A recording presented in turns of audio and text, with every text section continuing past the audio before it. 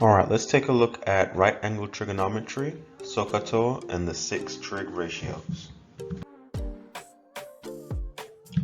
Values of trigonometric ratios depend on the side lengths of a right triangle and a reference angle theta.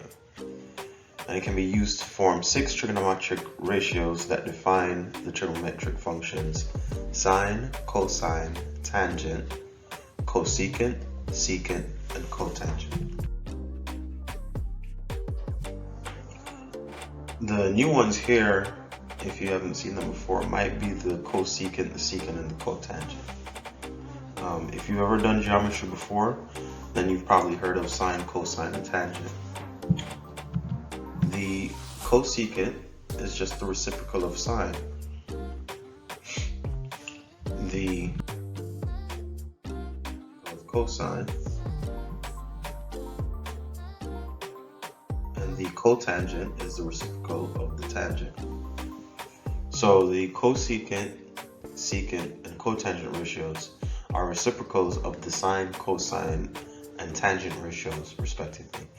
Therefore, they are known as reciprocal functions to the original three. So how many trig ratios are there? There are 3 basic ones and then 3 reciprocals. So there are 6 trig ratios.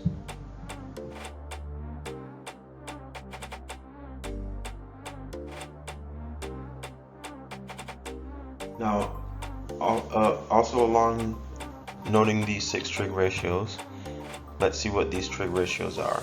For sine, it's opposite over hypotenuse.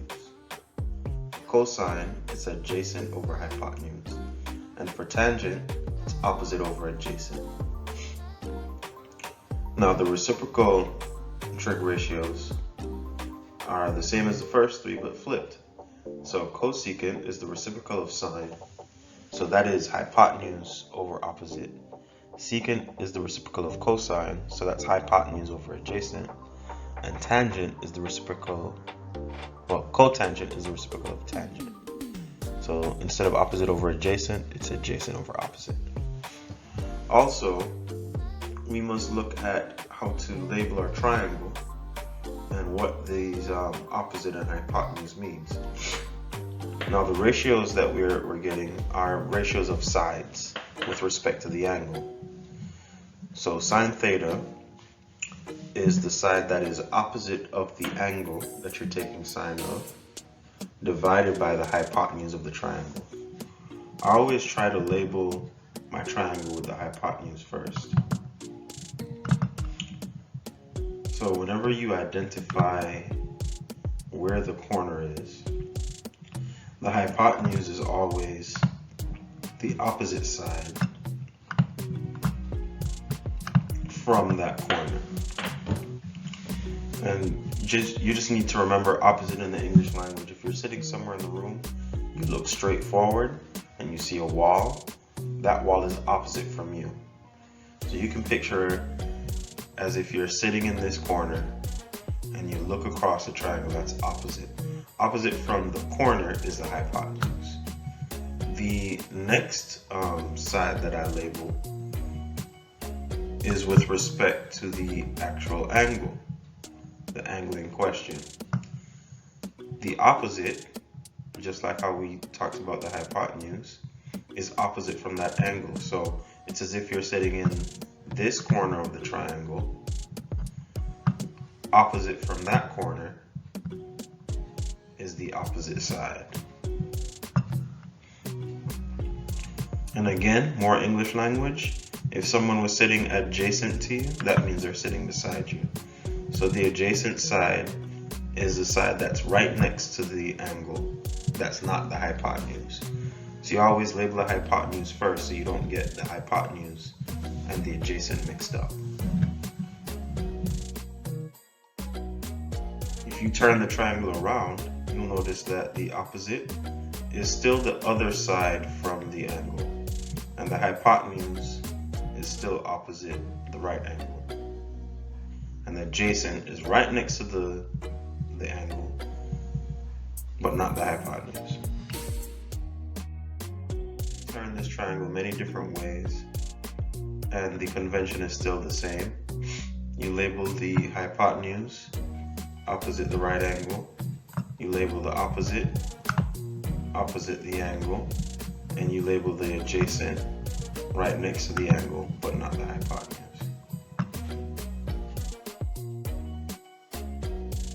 Now we have it again. The angle is up here, so we label it hypotenuse, opposite, adjacent.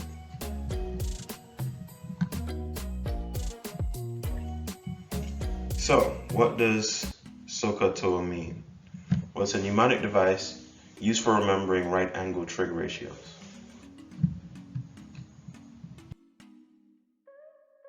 SOHCAHTOA means sine theta equals opposite over hypotenuse.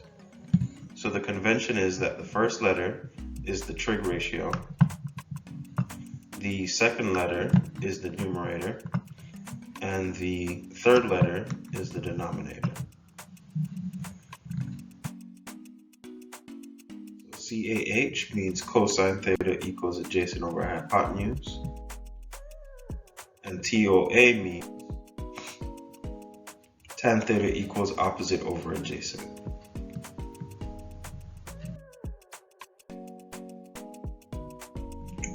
Once you figure out the first three, the second three, the reciprocals, are just the same, but you flip. Hypotenuse over opposite, hypotenuse over adjacent, and adjacent over opposite.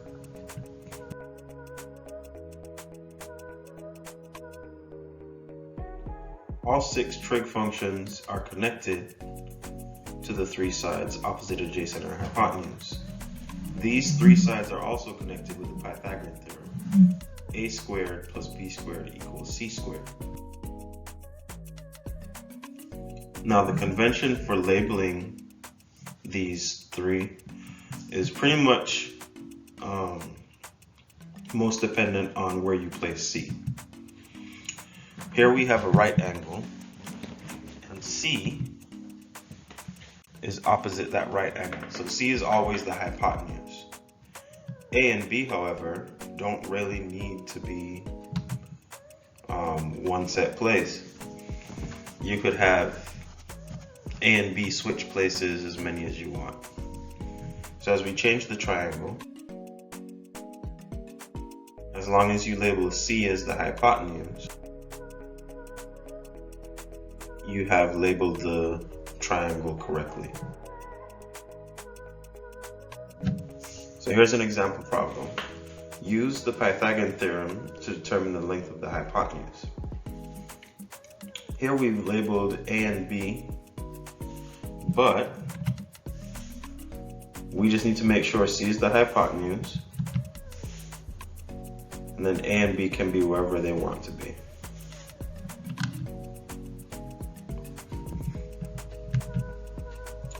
So here we have 5 squared plus 10 squared equals c squared.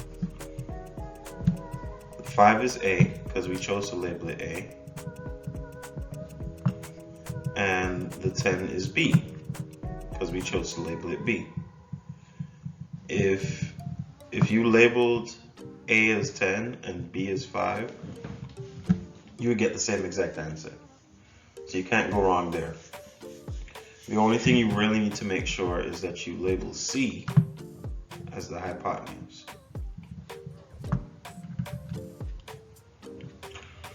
So 5 squared is 25, 10 squared is 100, you add it together.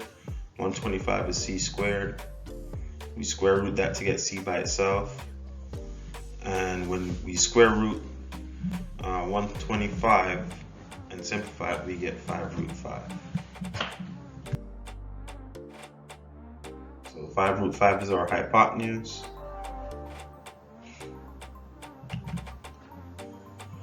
And now we're going to find the exact values of the 6 trigonometric functions of theta.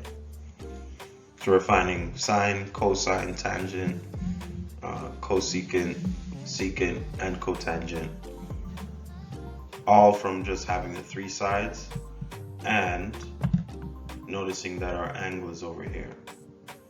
since our angle is here, we already know that this is the hypotenuse.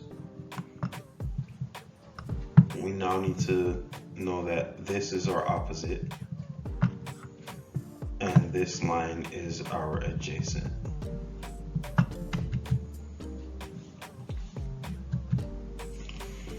So, opposite over hypotenuse. The opposite is 10. The hypotenuse is 5 root 5. So sine theta is 10 over 5 root 5. For cosine, the adjacent is 5 and the hypotenuse is 5 root 5.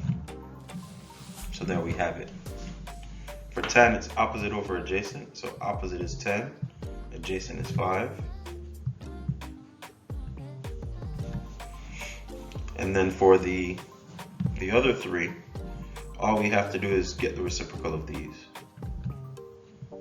So you flip them and you get the other three. Now most times we're not going to want to have this square root at the bottom. So we're going to show how to rationalize.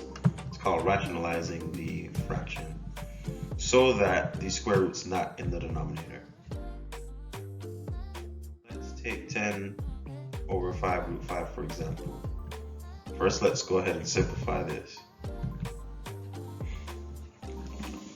Now in order to get rid of the square root, what we're going to do is multiply the root 5 by another root 5. Now if we do that at the bottom, then we also have to do that at the top so that it remains the same number. When this happens, the root 5 and the root 5 cancel the square root, and you end up with 5 at the bottom. And then up here you can't simplify anything, so it's just 2 root 5. So it looks as if you just take the root 5 and bring it up to the top, and then take what's inside the root 5, what's under the square root, and bring it to the bottom. So we also have this one to simplify. So that's 1 over root 5. So what you're going to see is, you're going to see the root 5 go up to the top, and then the inside of the square root is going to remain at the bottom.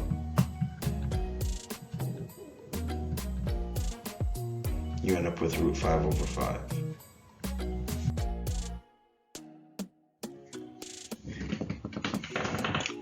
So if we simplify 10 over 5, that's 2. If we simplify 5 root 5 over 10, just the 5 can go into the 10 twice. And if we simplify 5 root 5 over 5, 5's cancel out. You end up with root 5. And then 5 over 10, of course, gives us a half.